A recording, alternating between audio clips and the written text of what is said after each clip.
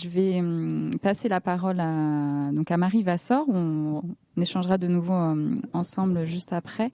Marie, tu vas pouvoir nous présenter aussi ta salle de cinéma. Ça va nous permettre de voir un petit peu voilà, quel type de personnes travaillent dans les salles de cinéma, ton parcours aussi, et voir peut-être s'il y a des différences, justement, quelles sont les identités de ces salles, c'est des lieux culturels, voilà, comment on crée aussi une programmation chez toi et quel est votre quotidien. Bien, merci beaucoup. Alors donc moi je travaille au cinéma de Colomiers qui s'appelle le cinéma Le Central, qui est un cinéma de 2 salles qui appartient à la mairie de Colomiers. Donc c'est un cinéma municipal et sa vocation en fait c'est vraiment de remplir une mission de service public. C'est vraiment comme ça qu'on voit les choses. C'est-à-dire que on doit pouvoir accueillir tous les publics, on doit essayer de passer des films les plus variés possibles pour plaire et pour aussi répondre à des attentes sur le territoire. Et on a évidemment un gros travail en direction des scolaires, de l'accueil des scolaires, de la crèche, j'ai envie de dire, aux lycéens. Alors c'est un petit peu plus compliqué pour le post-bac parce que c'est pas forcément une ville universitaire, mais on sait qu'il y a des étudiants aussi. Mais voilà, en tout cas, on est vraiment très attaché à cet accompagnement sur le temps scolaire, mais aussi hors temps scolaire. Le fait de travailler aussi dans une collectivité comme celle-là, on a aussi beaucoup de partenaires en interne avec le conseil municipal des jeunes, avec les maisons de quartier de Colomiers. Donc voilà, ça nous permet d'avoir j'ai envie de dire, des contacts privilégiés avec les jeunes et avec leurs accompagnateurs et d'essayer de les amener vers une programmation vers laquelle ils ne seraient peut-être pas allés comme ça de but en blanc. Donc c'est un travail de longue haleine. Ils grandissent plus vite qu'on arrive à les attirer vers certaines cinématographies, mais en tout cas c'est vraiment une mission ou même un défi, j'ai envie de dire, qui me plaît et qui me motive tous les jours. Au niveau de notre programmation, donc nous on a une programmation qu'on appelle mixte, c'est-à-dire il y a à la fois des films généralistes, des films grand public, des films familiaux, des films populaires, mais on est aussi classé art et essai parce que on programme un certain nombre de films qui sont recommandés à réessai et qu'on les accompagne. On sait bien que les films plus grand public ont une couverture médiatique qui fait qu'on n'a pas besoin, ils n'ont pas besoin de nous pour exister, pour être vus, pour être connus. Après que les gens viennent les voir ou non, c'est autre chose, mais en tout cas, ils n'ont pas besoin de nous. Et on a vraiment cette envie de défendre les films qu'on a vus, les films qu'on a aimés, et d'aller vers nos spectateurs en leur disant si vous avez aimé ça, vous aimerez peut-être ça. Faites-nous confiance. Alors des fois ça marche, des fois ça marche pas, mais il n'y a jamais d'animosité, il n'y a jamais de gens qui nous disent ça ne m'a tellement pas plu, remboursez-moi, ça n'existe pas. Mais en tout cas, on arrive à avoir du fait d'être 7 jours sur 7 au cinéma, d'être très présent, de discuter, parce que c'est un cinéma de proximité, donc on parle avec les gens, on a le temps. On leur demande, des fois on leur demande leur avis plusieurs jours après, on leur dit je vous ai pas vu à la sortie, finalement qu'est-ce que vous en avez pensé? Donc il y a aussi cette relation un peu sur du long terme, comme un commerce de proximité où on va voir son épicier, et ben là on va voir son exploitant, on va voir son programmateur, le caissier qui en discute, etc. Donc ça c'est notre travail au quotidien, effectivement. Vous êtes combien dans l'équipe du cinéma? On est 3 au cinéma. Polyvalent, et puis chacun a un petit peu sa spécificité. J'ai un collègue qui s'occupe particulièrement du jeune public, de l'accueil des scolaires, des animations, etc.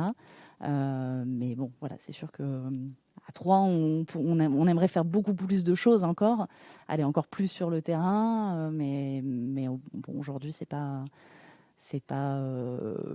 on fait autant qu'on peut. Bien sûr. Oui, on sent qu'il y a vraiment cette envie, en tout cas, de transmission, de médiation vers le public. Justement, comment ça se passe? Donc, tu parles de discussion. Tu t'intègres aussi donc dans certains dispositifs, je suppose. Est-ce que toi directement tu accompagnes des séances en salle? Comment se passe cette transmission? Alors déjà, je fais partie des comités de pilotage école et cinéma, collège au cinéma.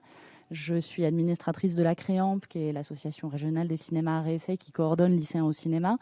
Donc c'est vraiment un sujet et une sensibilité que j'ai sur tout le parcours scolaire d'un enfant et d'un jeune, ce qui me permet effectivement de pouvoir de temps en temps m'investir aussi effectivement en salle. Alors évidemment, toutes les séances scolaires sont présentées aux élèves. En 5 minutes, on contextualise le film, la séance, parfois pourquoi ce film, le choix de programmation. On leur explique ce à quoi il faudrait qu'ils essayent de faire attention pendant le film ou pas. Des fois, on leur dit, on vous dit rien justement, et puis on en discutera après. Et quand ils ont le temps, on en discute avec eux en salle pour au moins essayer à chaud de percevoir quelques sensations, quelques remarques, quelques réticences, quelques malentendus. Ça peut arriver aussi d'essayer de désamorcer tout de suite un contresens qui aurait été fait pendant le film. Et après, c'est vrai que, en tout cas, les lycéens en Occitanie ont cette chance, c'est de pouvoir également bénéficier d'interventions en classe pour discuter pendant 2 heures des films qu'ils auront vus. Alors, ils voient 3 films par an.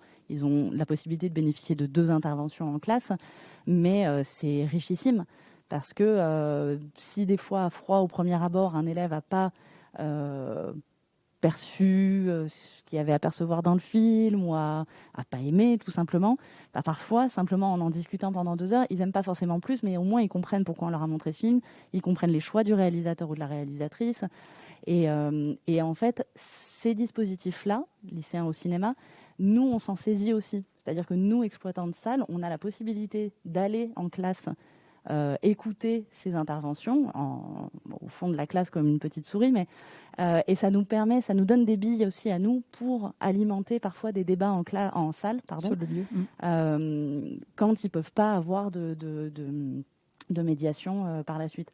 Donc en fait, on essaye de se saisir un peu comme Arnaud. En fait, moi, j'ai pas de formation initiale dans le cinéma, dans la médiation, dans l'exploitation, comme j'ai pas de pourcentage, mais comme une grande partie de nos collègues, on a appris notre métier sur le tas.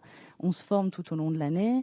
Et en fait, moi, chaque année, j'apprends de nouveau à organiser des discussions en classe, des ateliers avec les moyens du bord, avec les moyens humains qu'on a, etc. Oui, ça ne cesse d'évoluer. Du coup, exactement. C'est passionnant pour vous. Voilà, il n'y a pas d'ennui aussi. Et chaque film est différent et chaque élève est différent aussi. C'est vrai que je rappelle donc la particularité de Passeurs d'images, c'est justement d'être un peu à l'inverse de ces dispositifs qui sont décrits. Et c'est là où peut-être il y a plus de difficultés à mettre en place ces séances, puisque les dispositifs scolaires, comme tu le disais, commencent par 3 diffusions dans l'année, et parfois, voilà, certains ont la possibilité, en plus d'avoir des ateliers ou de la pratique par la suite. Passeurs d'images, on est vraiment dans l'inverse, avec donc plutôt des séances en salle qui arrivent tardivement par rapport à tout processus d'éducation à l'image. Ce qu'il y a de bien aussi avec ces dispositifs, c'est que finalement, ça prépare quand même les jeunes à voir des films, à fréquenter des salles de cinéma aussi, tout simplement. Et que nous, on a cette chance sur le territoire d'avoir justement un réseau encore une fois, de maisons citoyennes, de groupes de jeunes, de groupes de jeunes cinéphiles qui ensuite viennent fréquenter le cinéma sur le hors temps scolaire, sur leur temps perso. Vous arrivez à faire vraiment des habitués et aussi dans le jeune public. Voilà. Ça reste des groupes qui sont facilement identifiables. C'est pas des grands groupes, mais c'est des petites graines qu'on sème en fait. Okay.